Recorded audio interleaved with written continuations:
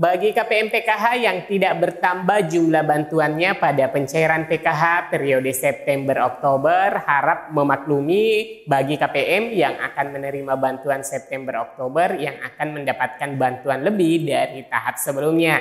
Karena yang memiliki anggota keluarga dengan kategori ini dipositifkan bantuannya bertambah dibanding dengan bantuan yang diterima di tahap sebelumnya. Nah, selain informasi bantuan PKH pencairan 2 bulan untuk alokasi September-Oktober, juga ada informasi penting bagi penerima PKH BPNT alokasi Juli-September yang dialihkan ke kartu KKS yang sebelumnya pencairan di PT Pos. Dua topik ini penting diketahui oleh KPM agar tidak salah paham dengan bantuan yang bakal diterima saat pencairan bantuan baik KPM PKH untuk alokasi September-Oktober per 2 bulan di kartu KKS dan juga KPM PKH dan BPNT untuk alokasi salur per 3 bulan di kartu KKS. Oleh karena itu, jangan kemana-mana, saya akan kembali setelah tayangan singkat berikut ini.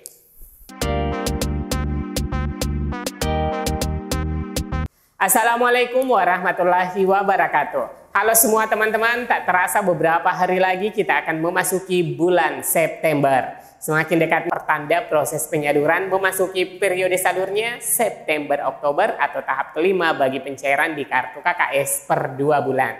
Dan untuk KPM BPNT akan memasuki penyaluran tahap ke-6 di kartu KKS. Nah, sebagaimana topik di awal tadi mengenai KPM yang mendapatkan bantuan dengan nominal lebih dari tahap sebelumnya. Karena yang memiliki anggota keluarga dengan kategori ini itu dipositifkan bantuannya bertambah dibandingkan dengan bantuan yang diterima di tahap sebelumnya.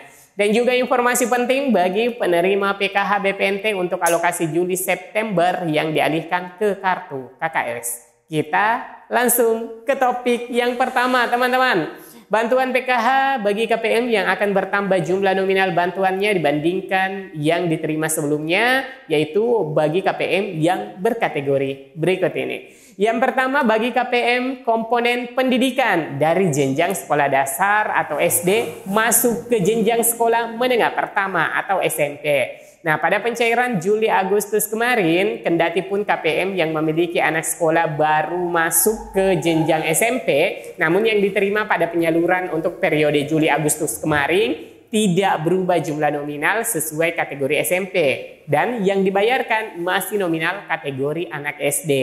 Maka pada pencairan PKH untuk alokasi salur bulan September-Oktober akan dibayarkan sesuai dengan jenjang sekolah SMP-nya. Hal ini terlihat dari hasil sinkronisasi atau pemadanan antara DTKS dan Dapodik sudah berubah ke jenjang sekolah saat ini yaitu tingkatan SMP-nya. Ini berarti jika tahap lalu anggota keluarga yang baru masuk SMP masih menerima Rp150.000, maka pada pencairan berikutnya untuk PKH periode September-Oktober akan menjadi Rp250.000.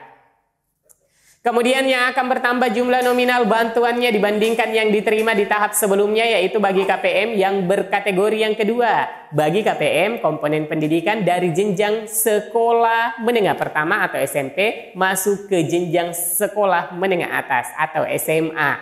Nah, pada pencairan Juli-Agustus kemarin, kendati pun KPM yang memiliki anak sekolah baru masuk ke jenjang SMA, namun yang diterima pada penyaluran Juli-Agustus kemarin itu tidak berubah jumlah nominalnya sesuai dengan kategori SMA dan yang dibayarkan masih nominal kategori anak SMP. Maka pada pencairan PKH untuk alokasi salur September-Oktober akan dibayarkan sesuai dengan jenjang sekolah SMA-nya. Hal ini terlihat dari hasil sinkronisasi atau pemadanan antara DTKS dan Dapodik sudah berubah ke jenjang sekolah saat ini yaitu tingkatan SMA-nya. Ini berarti jika tahap lalu anggota keluarga yang baru masuk SMA masih menerima Rp250.000, maka pada pencairan PKH periode September-Oktober nantinya akan menjadi Rp333.000.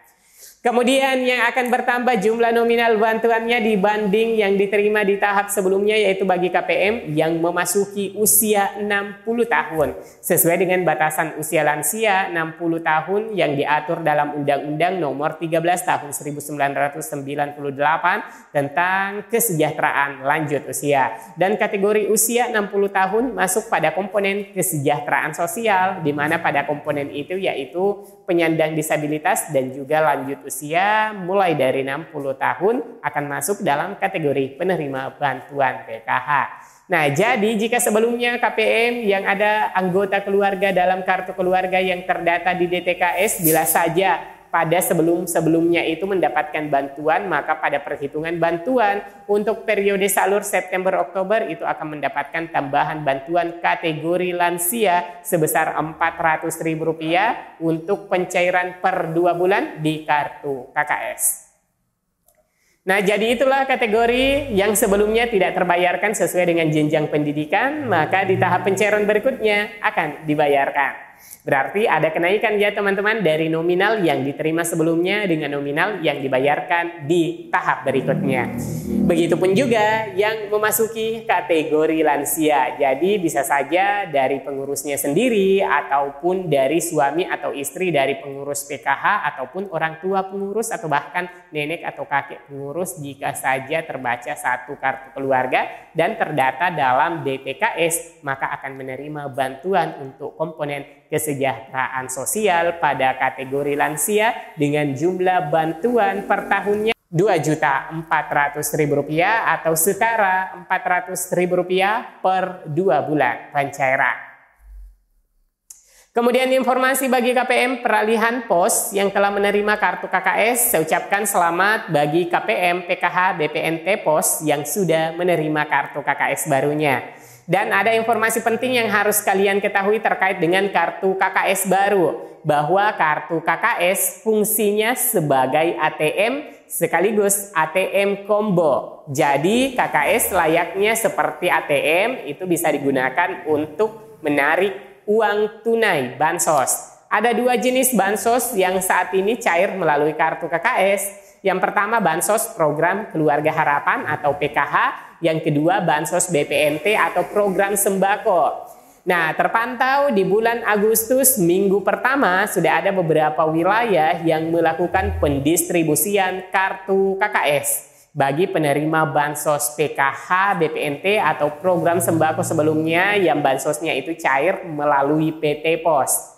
Nah, ada informasi penting yang harus diketahui bagi pemilik kartu KKS baru ini. Nah, poin yang pertama, bagi pemegang kartu KKS baru, sebagian sudah ada yang terisi saldo di kartu KKS terbarunya.